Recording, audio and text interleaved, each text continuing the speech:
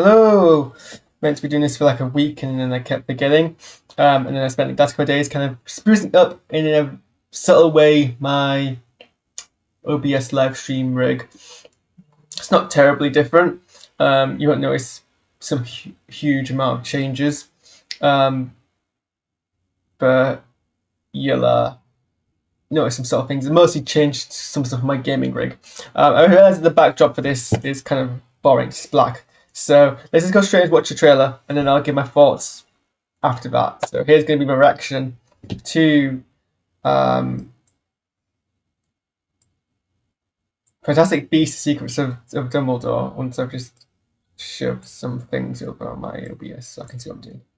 Okay, let's just give us a watch. If you listen carefully enough, the past whispers to you. We're here to see Albus Dumbledore. That would be my brother. The world as we know it is coming undone. Grindelwald is pulling it apart with hate. If we're to defeat him, you'll have to trust me.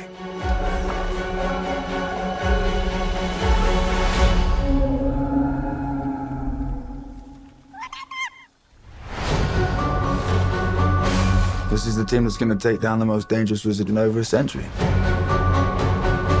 A magizoologist, his indispensable assistant. Wizard descended from a very old family, a school teacher, and a muggle. Dumbledore asked that I give you something, Jacob.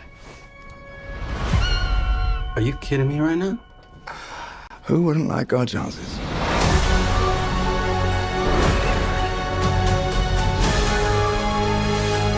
Off to save the world, are we? Things are not quite what they appear. Swivel, but delicately. I'm swiveling like you're swiveling.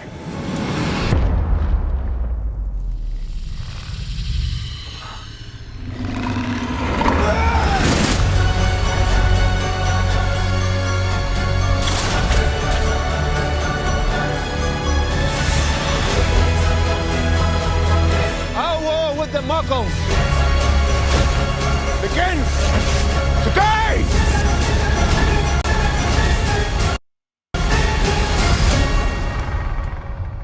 What is this place? The room we require.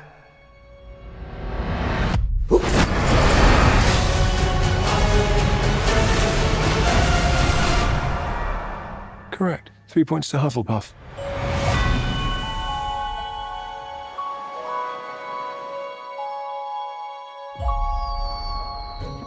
Can I? Very dangerous. It's very powerful. If it got in the wrong hands, you know. Mess you up. Where did you get it? Look out for Christmas.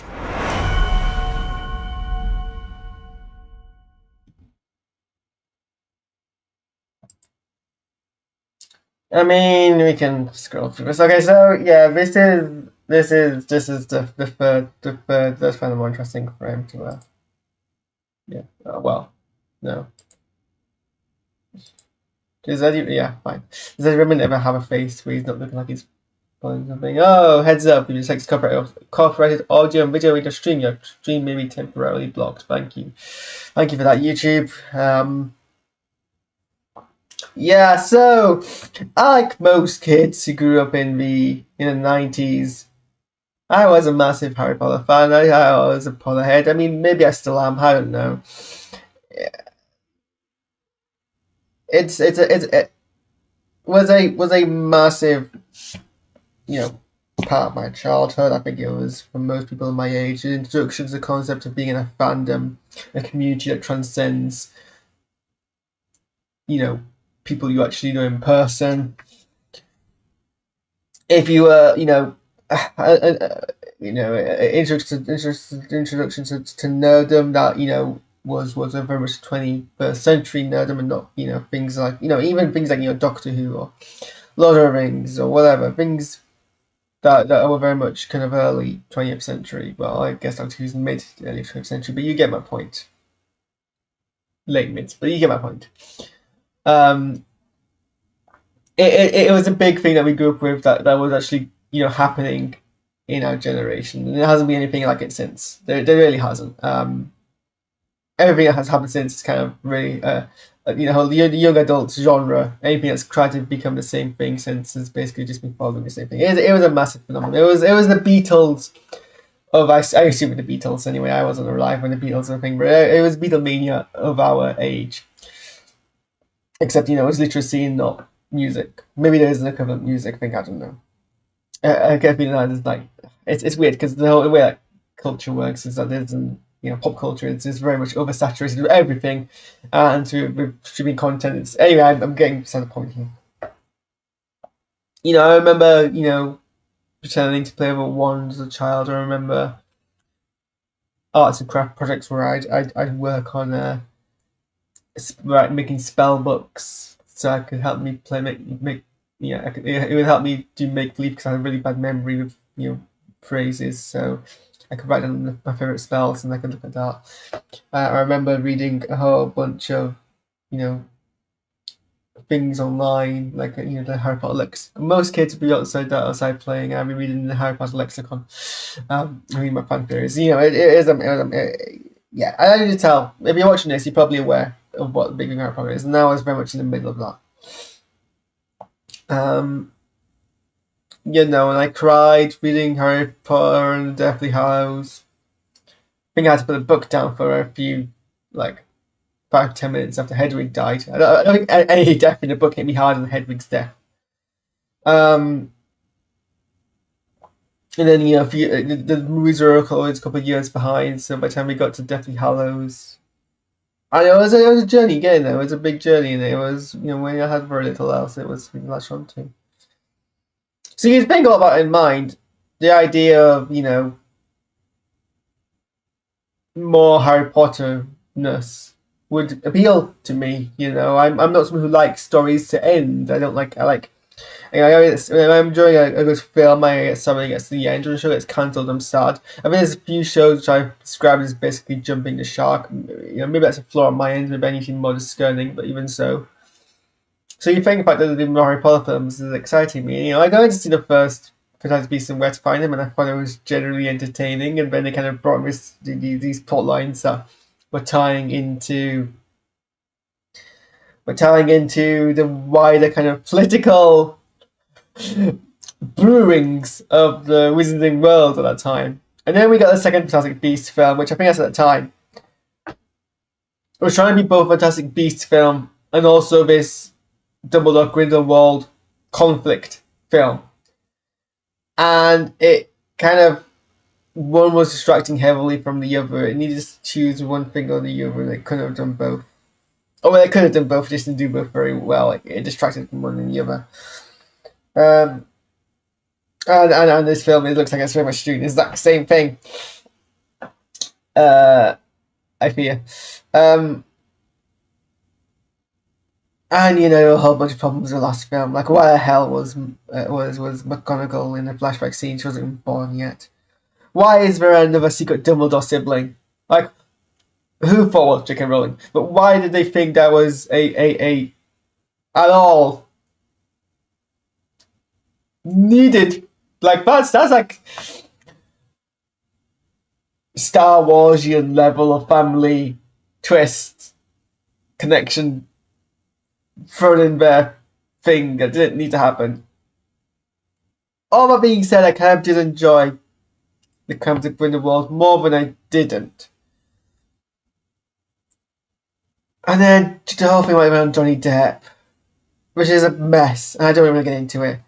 Because, frankly, the only position most of us should have is one of disinterest. It has nothing to do with this, frankly. There's no... I mean, other than, as a society, we should be untabooing domestic violence and talk about it more and empowering survivors and all that. That's the situation we should be having anyway, regardless of whether or not high-profile figures are involved in it. But the problem is that then you go...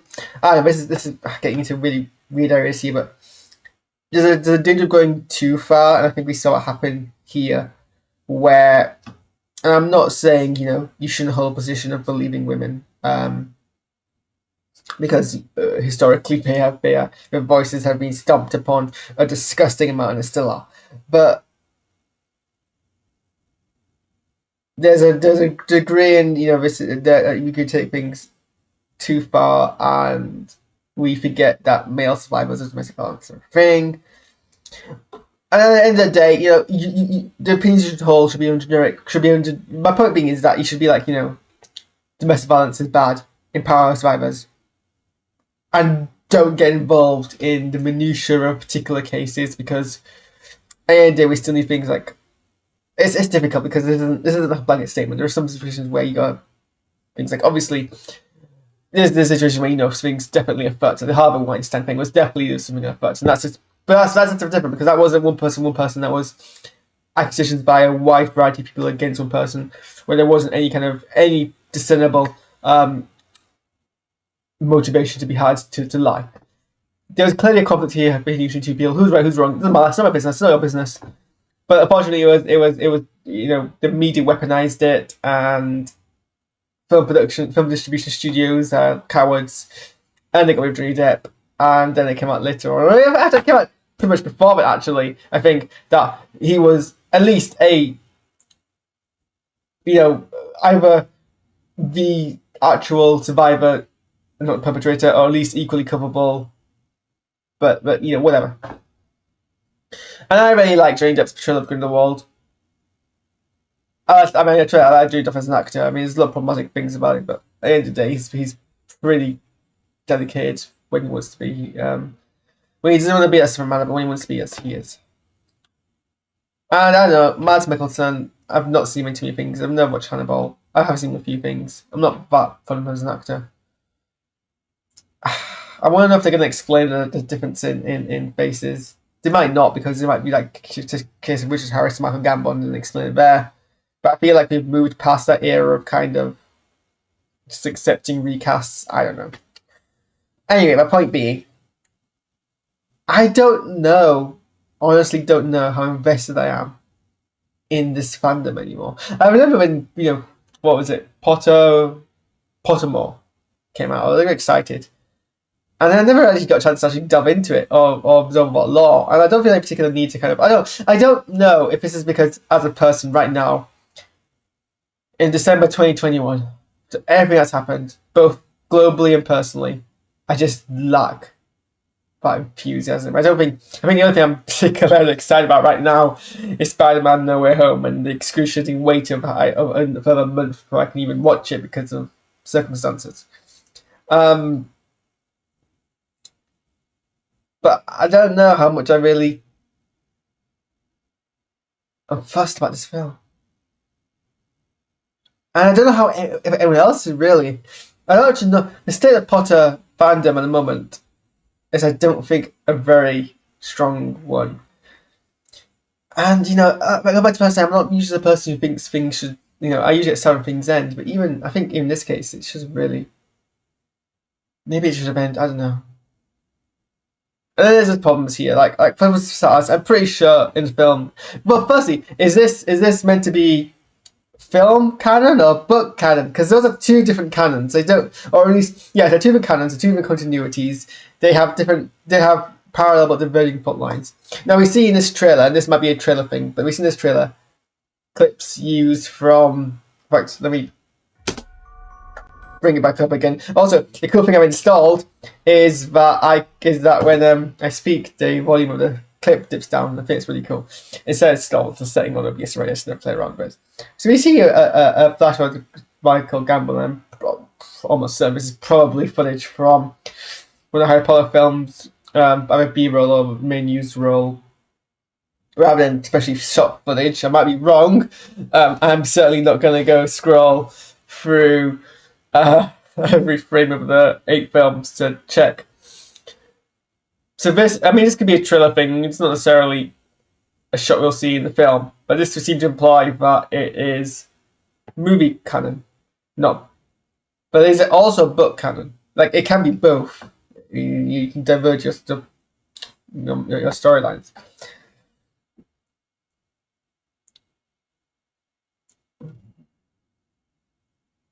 Because in movie canon, I'm pretty sure Dumbledore is Irish. Like, I mean, Richard Harris didn't play him with an Irish accent, but Michael Gambon played him with an Irish accent.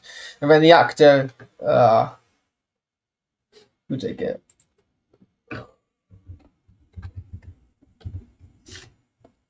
Kieran Hines is Irish. So they got an Irish actor to play older Aberforth. Presumably got an Irish actor to play him because this Michael Gambon was Irish. But you know, Jude Law plays him with a British accent, and then I think we actually see We're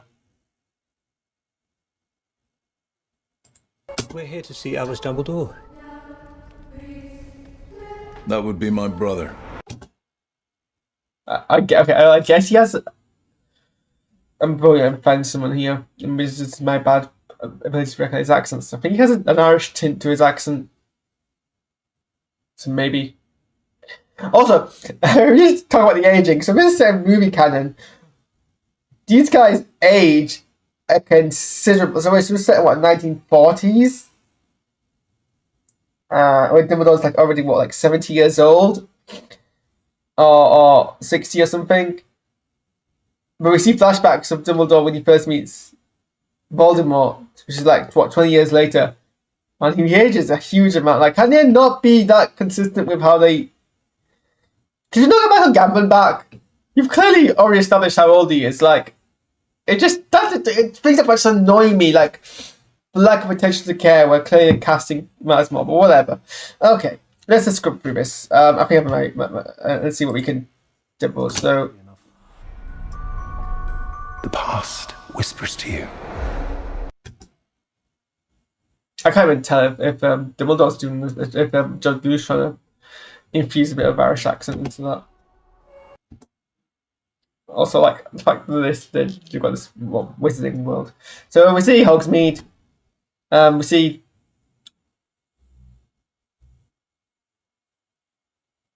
Scamander and the US Scamander. We're here to see Albus Dumbledore.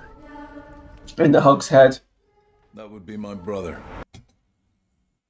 Also, from what we know about Aberforth and how much he doesn't like his brother, especially at this point.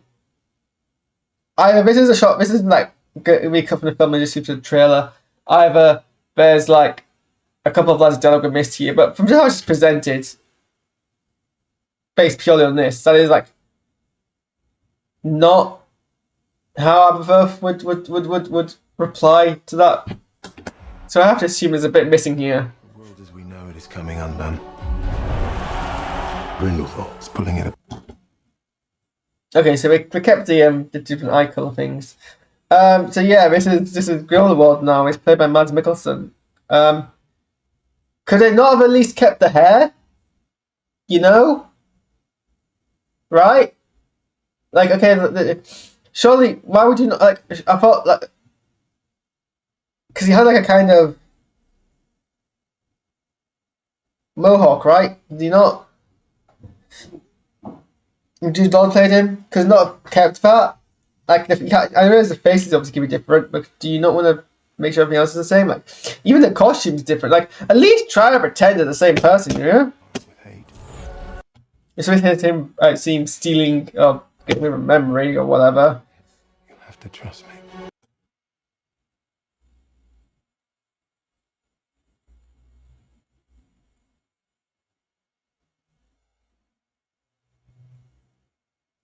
I feel like we should be focusing on Dumbledore. I think that's the issue. Like, it should be. I think it's never complicating what is a fine background. Like, Dumbledore didn't want to kill Grindelwald. Also, what's the issue between Jude Law and Mads Mikkelsen? But anyway, Dumbledore didn't want to kill Grindelwald. There was a whole thing about who was responsible for Ariadne's death. It's already established that's why he poisoned him. We had that blood pact thing created for no really reason. And then we get all the about, is Dumbledore trustworthy? Well, we've already had 8 films that really delve into some books that delve into the question of, is Dumbledore trustworthy or not? And I don't know what this film's really going to add to that discussion. You know what I mean?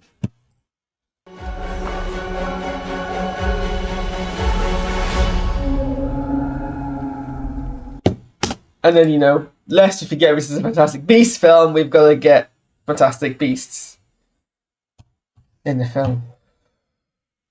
And I feel like you're just gonna take away from it. Like, just get rid of the Fantastic Beasts. Like, we can have the fact that your Newt's commander is a magic zoologist who is also somehow a special ops operative in this war. Like, it's pretty much established that there's no soldiers in the Harry Potter universe. Everyone is you know, everyone was one thing and it had to be another thing during a war. Like, that's pretty much established as in the universe. I don't particularly think you've got to shoehorn the fact that he has to deal with animals. Like, it can be happens in real life, right? I mean, you get a situation where you have like people who are actors who went to war and joined special ops teams and they go whatever. Oops.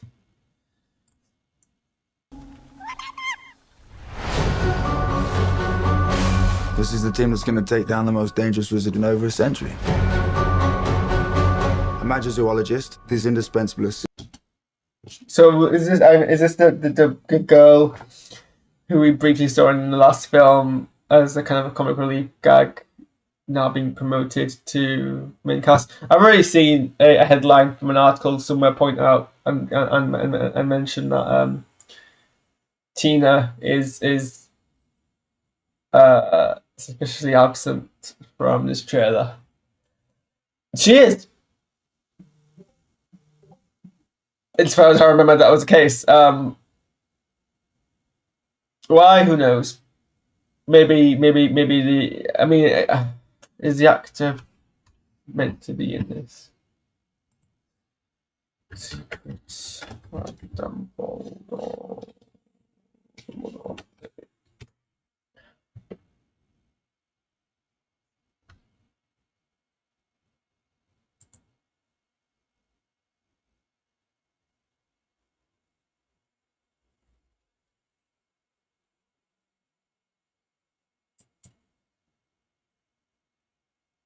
You know, Tina's, you know,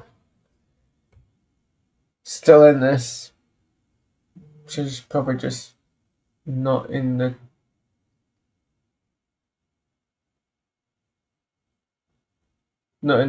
trailer. Yeah.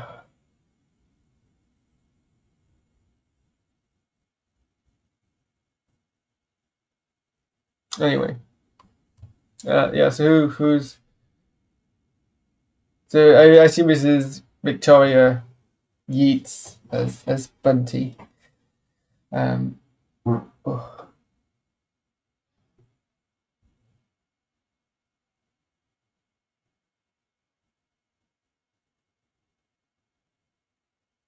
Who's that other person?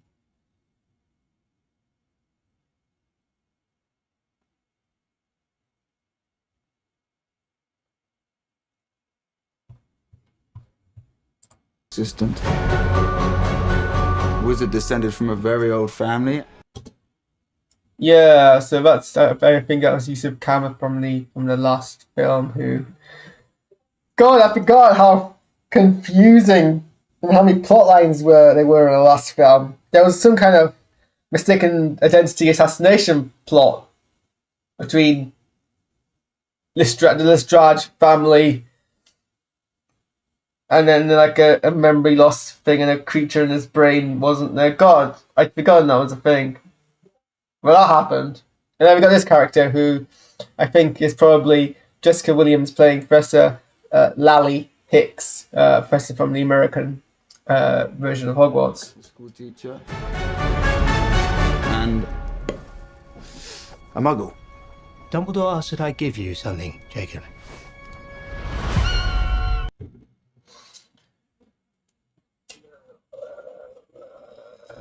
yay! Good for him. I mean, Muggles can't use wands, right? Is it like a special Muggle wand? Does it? Because if that gets introduced in this universe, I am gonna.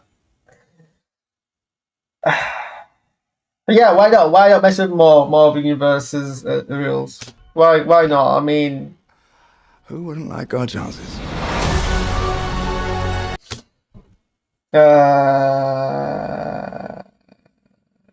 Theseus was his name. Off to save the world, are we? Things are not quite what they appear.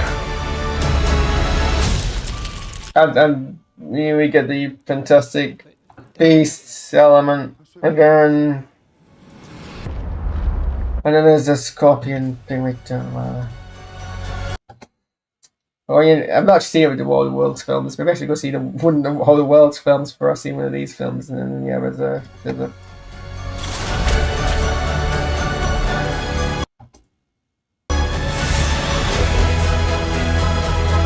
Our war with the Muggles begins today!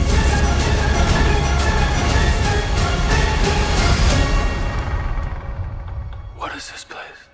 The room we require. the removal requirement. There you go. Do you feel the Easter egg goosebumps tingling? I don't know why I'm so angry about this.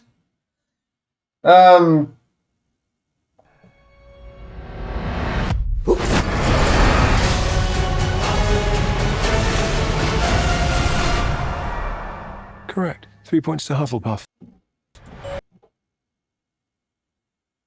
Okay, I'm not gonna lie, that was actually kind of funny, and I did giggle a bit about that, giggle at that bit there. So, things happen, I guess, I don't know. I don't really think we can discern a plot from this, because there's so many plot lines from the last film, and I'm not entirely sure which ones are following here.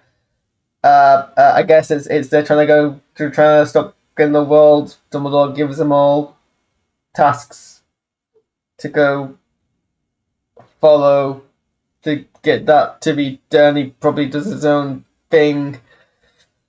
Ezra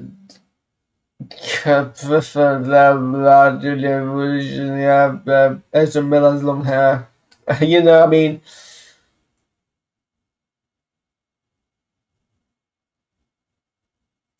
so I guess at some point Dumbledore needs to get rid of the Blood Pact, because apparently that was something of stopping him. I think we've just don't care. I can't remember the last film. I don't know when it was. Like 2018? Yeah, it was like, so when this comes out, it was going to be 4 years ago. Which for a sequel in nowadays is quite a long time to wait. Like 4 years ago, we were all so much different people. I was like, even like, I was still doing my own. Like, which part of 2018 was this out? This come out?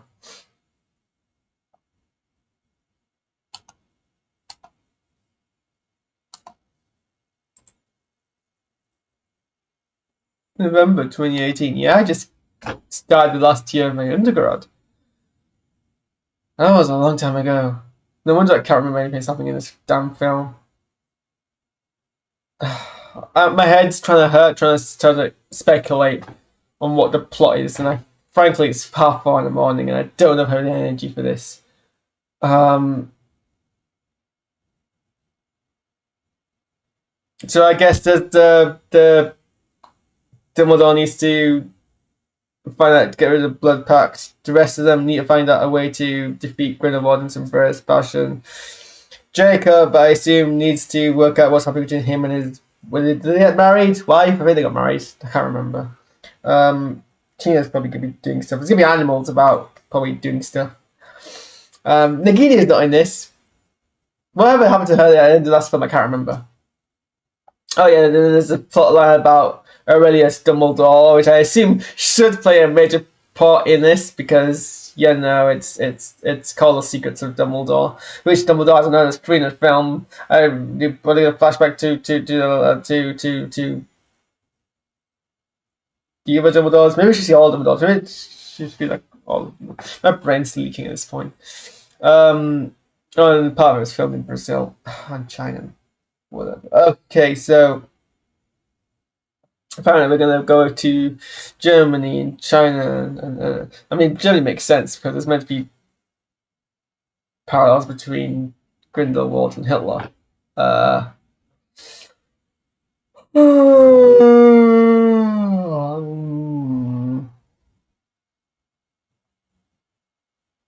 Yeah. Well, that's my reaction to this trailer. I don't know what else to add. I'm probably gonna go see it, probably on my own,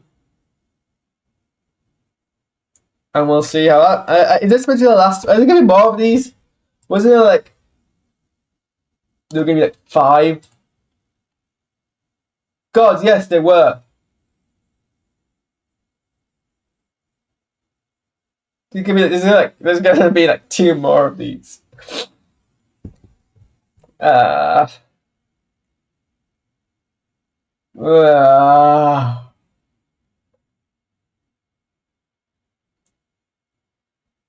This is like 5 films too long. No, that's unfair. There's like what 2 films? 2 films too long? I feel like a trilogy feels like too many of these films.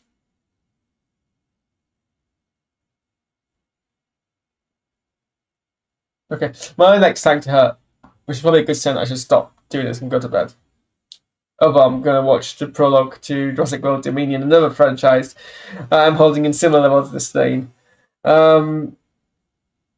So I'll go watch that, and then I'll see how much physical struggle I stay awake. I don't know. This is not, in some respects, this has been a better reaction because I've been more emotive. In other respects, the emotions kind of made it hard for me to objectively analyze where I think it's going. So we'll revisit this when official trailer 2 comes out, shall we? Maybe there's more plot in there.